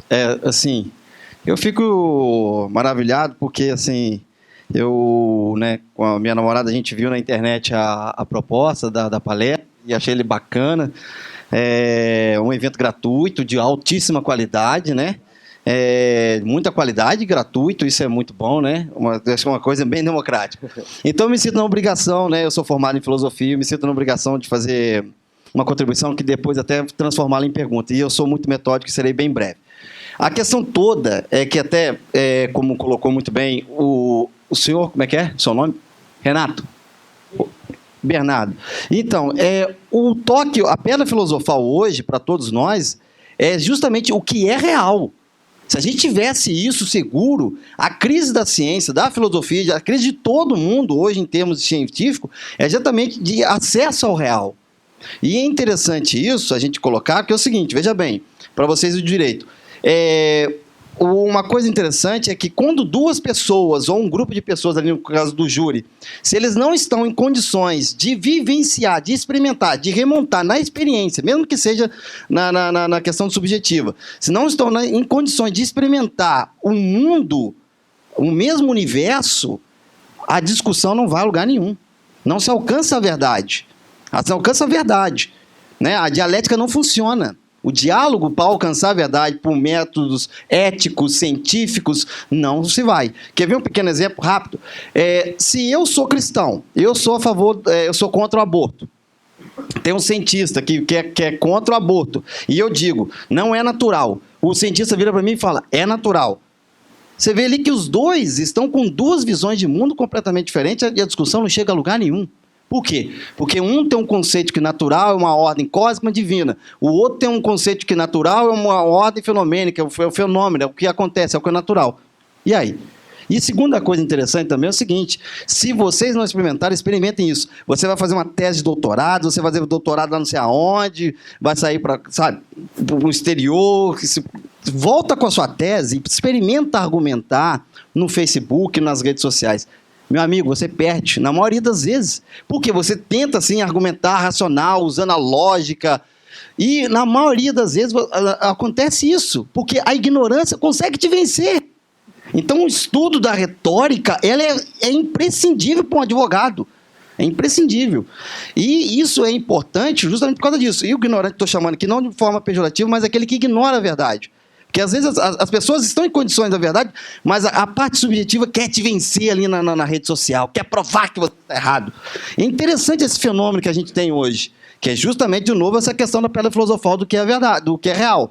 E a terceira última coisa, exatamente, e a terceira última coisa é que, em termos de Schopenhauer, esses estratagemas, eles são importantes porque é o seguinte, voltando à questão da tese, você é um cara bem preparado, mas isso economiza muito, economiza energia, economiza esforço, porque se você não tem uma carta nas mangas de você saber lidar aquele assunto, eu, por exemplo, fui professor de filosofia no ensino regular, para adolescente, imagina você comentar filosofia para adolescente. Então eu cheguei cheio de conteúdo, todo conteudístico. O que aconteceu? A adolescente vinha em cima de mim, com perguntas, e sempre tem razão, né? Que a adolescente já tem aquele síndrome de super-homem. Nada de mal lhes acontece, eles são tudo, inventaram rebeldias, eles sempre inventam a rebeldia. E aí eu percebi que se eu usasse a retórica, as minhas aulas melhoraram muito. Eu tive que deixar de lá um pouco de lado da argumentação. Mas aí, claro, vai da cabeça de cada um, da consciência ética de cada um, porque eu, no caso, eu fiz isso porque eu sabia, né, vou agora me outorgar, que eu estava com a verdade ali, que era necessário apresentar ali uma ideia. Então, eu usava isso. Então, a gente tem que ter essa capacidade ética, esse ponderamento da verdade, e dizer, não, eu vou trabalhar retórica, mas sem esquecer os princípios éticos. Então, a minha pergunta é para o promotor aqui. Isso, em termos de jurado, ainda é possível remontar a verdade? Tá fácil ainda para vocês? Assim, remontar, reconstruir ali no julgamento o fato? Assim, o que acontece? Normalmente, quando a gente vai fazer o julgamento de um caso concreto, a gente tem versões. Você tem a versão que, na hora do julgamento que você vai apresentar para o réu, você já tem uma versão que o jurado, que o réu apresentou, e você tem aquela versão que você considera a verdadeira. Para eu pedir condenação de alguém, eu só peço condenação quando eu tenho convicção de que alguém agiu daquela forma que eu estou pensando, de cometer um crime. Se eu tiver a mínima dúvida, eu vou para o outro lado, da absolvição.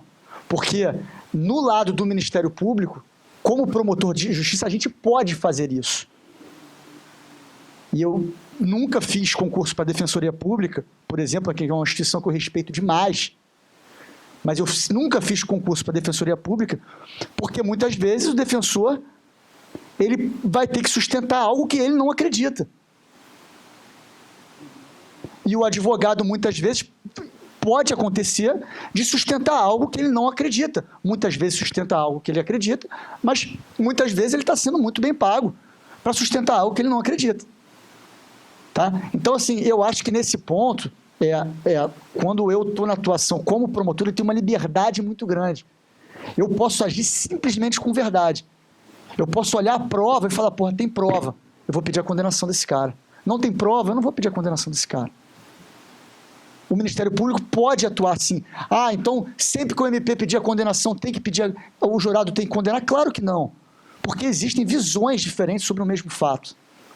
Então, quando eu começo o julgamento, a primeira coisa que eu faço? Eu cumprimento todo mundo que está presente e passo, olha, essa é a versão que eu entendo correta. Eu remonto o homicídio, a pessoa estava saindo de um baile e foi atingida pelas costas, eu remonto a versão que aconteceu de fato naquele dia, e depois disso eu falo, essa é a minha versão. Agora, quais as provas do processo que sustentam a minha versão? E aí eu começo a falar, olha, tem a testemunha A, tem o laudo B, tem a testemunha C, o réu fala isso, só que a tese do réu está furada por conta disso, disso e disso. Né? Nos primeiros júris que eu fiz na minha vida é interessante, porque antes de começar a fazer, eu falei assim, pô, como é que eu vou saber qual é a tese defensiva? Mas depois que você faz 2, 3 júris, você vai para o julgamento, mesmo que o réu tenha ficado calado, você sabe o que ele vai defender, qual vai ser a tese defensiva. Esse é outro ponto, o réu não precisa falar. Né? O réu pode ficar em silêncio e pode mentir. Isso não caracteriza crime, ele pode mentir na sua autodefesa. Né? A testemunha não pode mentir, o réu pode mentir. E pode também ficar calado. Muitas vezes ficam. E o jurado não pode interpretar o silêncio do réu em seu desfavor. Ele fica... Aquela história do quem cala consente não existe, tá, gente? Não existe. Tecnicamente não existe. Mas para o jurado, vocês acham que não existe? Claro que existe. O juiz técnico, ele não pode condenar com base nisso, mas o jurado ele não precisa fundamentar a decisão dele. O juiz tem que fundamentar quando ele decide um processo de tráfico, roubo, furto. O jurado não, ele fala sim ou não, ele não precisa fundamentar. Claro que para o jurado, faz efeito. Quando o réu não dá uma versão nenhuma sobre os fatos, isso gera um impacto gigantesco sobre o jurado. O jurado vai na tese, quem cala consente. Mas respondendo diretamente a sua pergunta sobre verdade, sim, eu acho que a gente pode atuar com verdade, eu acho que existe... A defesa também tem que aproveitar, pode aproveitar as brechas que a lei dá, a violenta emoção, a legítima defesa, para tentar criar dentro dos limites éticos, na minha opinião, uma defesa sustentável, até porque senão pode passar um papel ridículo. Né? Eu acho que quando a defesa sustenta algo impossível, ela passa um papel ridículo. Né? Quando ela não tem nenhuma tese e cria uma tese só para defender de qualquer... Ela passa um papel ridículo. Né? Eu acho que esse não é o objetivo de ninguém. Mas ainda bem, assim, dentro da carreira que eu escolhi para trabalhar, eu posso sempre agir com a verdade, porque eu olho um processo e falo, olha, esse cara cometeu isso, vou pedir a condenação, não cometeu, peço absolvição. Então essa é uma liberdade, uma facilidade que eu tenho como promotor, né? A defesa não pode sempre dizer o mesmo. Tá? Pela própria natureza, isso não, só para repetir, assim, isso não é demérito nenhum. Tá? Não é a função de cada um dentro de um processo. Você não vai ver a defesa pedindo uma condenação, a não ser que seja para retirar uma qualificadora, mas, enfim, o objetivo da defesa é o quê? Que ele seja condenado nos exatos termos do crime que ele cometeu. Que o Ministério Público não exagere, não condene mais do que ele cometeu. Então, assim, a defesa tem um papel fundamental naquele momento. Tá? Então, assim, não pode ter, até nesse caso do pai que defendeu o filho, eu me lembro que o juiz, ele interviu na hora e falou assim, doutor Nilson, eu não acho correto, eu acho que o senhor está fazendo não vai ser bom para o seu filho. Você está misturando uma relação de pai com filho com uma relação de advogado-cliente. E o juiz pensou, ele falou, Bruno, o que você acha de declarar o réu indefeso? Eu falei, não vai dar. Eu acho que o réu tem direito de ser defendido por quem ele acha melhor, e no caso é o pai dele. Então, assim, foi até uma conversa que eu tive com o juiz sobre isso. Poxa, você acha que ele está indefeso sendo defendido pelo pai? O juiz falou, eu acho que ele não vai ter uma defesa tão boa como ele teria se fosse uma defesa técnica imparcial. Eu falei, concordo com você, mas a gente tirar o direito dele de ser defendido pelo pai, isso pode gerar uma nulidade lá na frente do processo. Então acabou que a gente se manifestou ali para o pai poder ser o defensor do filho. Mas isso é super, enfim, controvertido, né? Você estava falando de verdade, né? Nós estamos falando aqui da verdade, dessa busca da verdade. E eu acabei me lembrando de um fato que aconteceu anos atrás. O juiz era o Sérgio Cavalieri Filho, que todos já ouviram falar, chegou a ser presidente do tribunal. Ele era substituto na época, eu era promotor substituto também. E, de repente, e ele gostava muito do formalismo, né? Aquela coisa bem formal.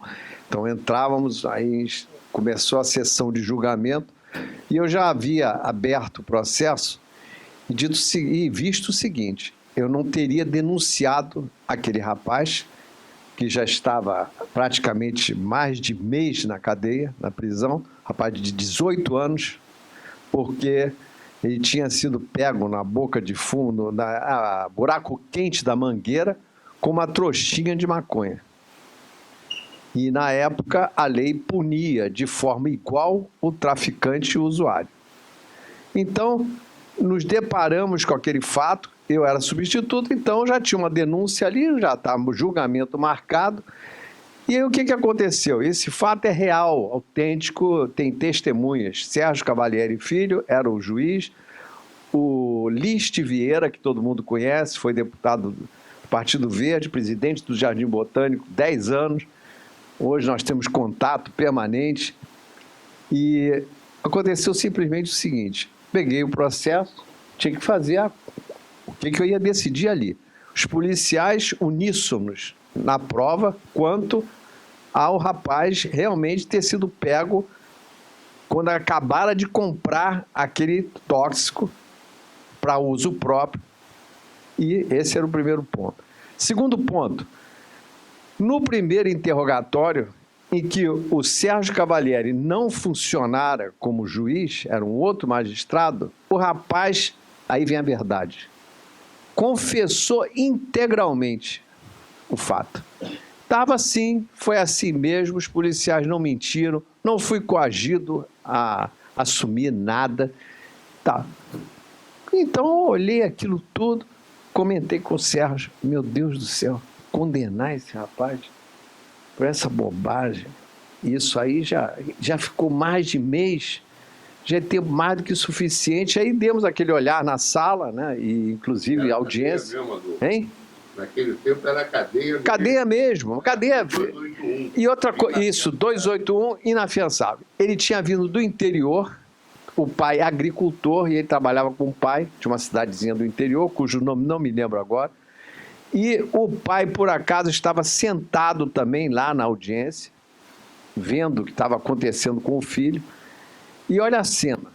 Cena típica, isso dá para um conto, né? Já contei isso e várias vezes. Eu olhei pro... Só para terminar, eu pensei o seguinte, Sérgio, o Sérgio também estava preocupadíssimo. Como é que nós vamos condenar esse... Era 1 ano, no mínimo, né? Você lembra, né? Como é que nós vamos liquidar a vida desse garoto? Mas eu não denunciei. Era o Sérgio, eu também eu nem tenho.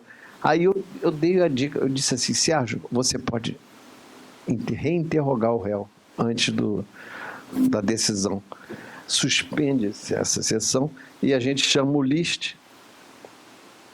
Aí chamamos o List, parecia um filme americano. Aí o List se aproximou, aí combinamos o seguinte, olha só, nós induzimos o réu a mentir.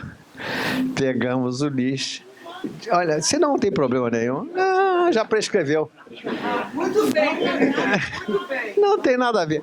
Olha, aí eu peguei, chamamos chamamos o defensor, ele veio até aqui, aí disse para o Sérgio, olha, você vai lá, o réu vai conversar com você novamente, e você diz para ele desmentir esse interrogatório para possibilitar a mim a dúvida. É uma dúvida absurda, mas não faz mal. Ele vai desmentir aquilo tudo, olha só. E aí eu vou ter base para te pedir a absolvição e você aí absolve. Nós combinamos tudo assim, baixo o List, concordou, nem nos conhecíamos ainda, eu e o List. Aí, o que aconteceu? Pedimos então, foi suspensa, Sérgio, está suspensa a sessão, o réu vai ser ouvido novamente pelo seu defensor, os policiais levaram para a sala lá com o List chegou e instruiu, olha, você vai chegar agora e vai desdizer que é um novo interrogatório, é uma chance que você realmente não estava de posse daquela substância, etc, etc. Olha, surpresa. Você já pode imaginar o que aconteceu. Olha, isso que eu acho fantástico. Até hoje, isso é emocionante. Eu fiquei 17 anos como promotor, fui 6 anos de vara de execuções penais, e havia desgraça do sistema, eles conhecem, tem artigos escritos, modéstia à parte. Lancei um último agora, reflexões filosóficas e utópicas sobre o tempo jurídico de punição. Penso muito nisso. Isso é uma coisa que me dói. Por isso que eu fiz uma pós em filosofia também. Isso aí me levou a esse... Olha aí o que aconteceu? O que aconteceu é o seguinte, volta ele, enfurecido, o List volta para o lugar dele, lá da defesa, eu sento lá na acusação e o Sérgio, faz favor, se aproxime, vai ser reinterrogado. O que afinal aconteceu? Você estava ou não com esse tóxico em seu poder? Você comprou ou não essa trouxinha de maconha? Ele, indignado, o réu, isso foi verdade absoluta, tem 2 testemunhas, Sérgio Cavalieri, quem encontrar, já nos encontramos, já nos relembramos disso, e o List via. Ele chegou, apontou para o List e disse assim, aquele homem ali, que ele não sabia nem quem era direito, mandou eu mentir para o senhor. E dizer que era tudo mentira. O List, vermelho de ódio, me olhando com um olhar fulminante para mim, para o Sérgio, e o garoto lá, tudo, não, foi isso mesmo que aconteceu e eu não sei mentir. A verdade é essa. Aí, eu não sabia o que dizer. Aí eu cheguei e simplesmente disse o seguinte, olha, só posso parabenizar esse rapaz pela honestidade. Nós estamos aqui em busca da verdade, fiz um mini discurso, né?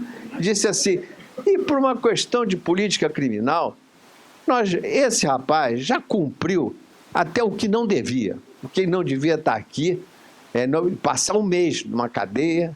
E aí o List, bom, conclusão, foi absolvido.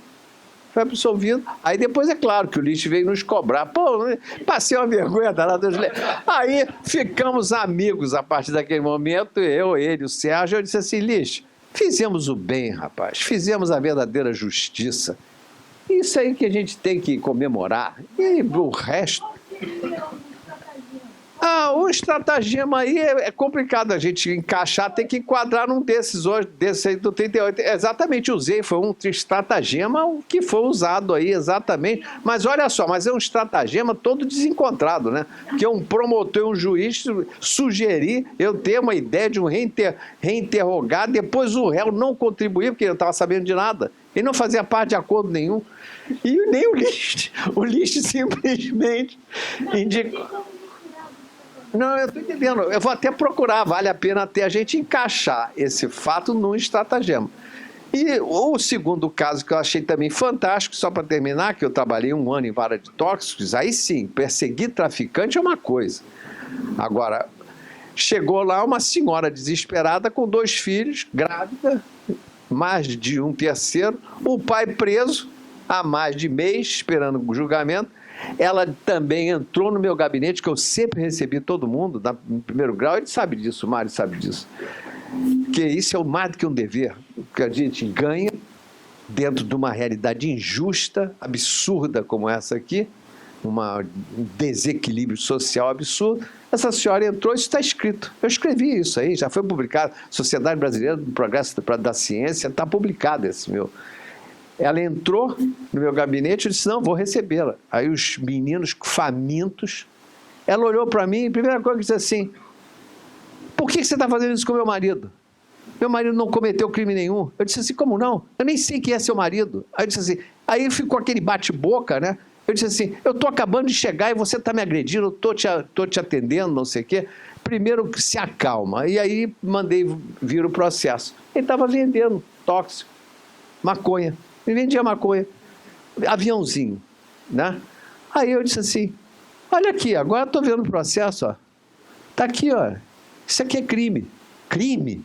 Que crime? Nada. Ele falava para mim, me ensinando, isso nada. Crime. Pessoas como você, tá me tratando já de você, ele que compra. Os clientes dele são pessoas como você, tá entendendo? E ele já foi criminoso. Aí eu disse assim, por quê? Ele assaltava. Aí eu abri a folha penal dele, já tinha 357. Aí, durma-se com um barulho desse. Preso, as crianças passando fome, tivemos que fazer uma vaquinha, inclusive, para dar comida para o pessoal. Combinei com o Mário Ernesto Ferreira, se lembra, juiz? Não, excelente, morreu cedo. Para de toque, trabalhar com espetacular, espetacular. Disse, Mário, vamos ver como a gente vai resolver. E com o André, que era o defensor. Vamos pegar, porque nós vamos ter que resolver. Eu só disse a ela o seguinte, no dia da audiência, você vem, que ele vai ser julgado, tal, não sei o quê, e eu pedi que fosse aplicada a pena, aí já existia a possibilidade, né? De usuário com sursi de 4 anos, para que ele pudesse voltar. E a pastoral penal, dona Zuleika, que era a diretora, conseguiu um emprego para ele. Aí eu disse só o seguinte, eu e o Mário, a sua advogada é essa aqui, e o defensor. Se você voltar aqui, não vai ter mais essa chance. Nós estamos dando a última chance. Para mim, isso é fazer justiça, não é nenhuma demagogia. E digo isso com toda serenidade, porque é um sistema extremamente cruel. Essa é que é a grande verdade. Com essa, encerramos aqui. Obrigado.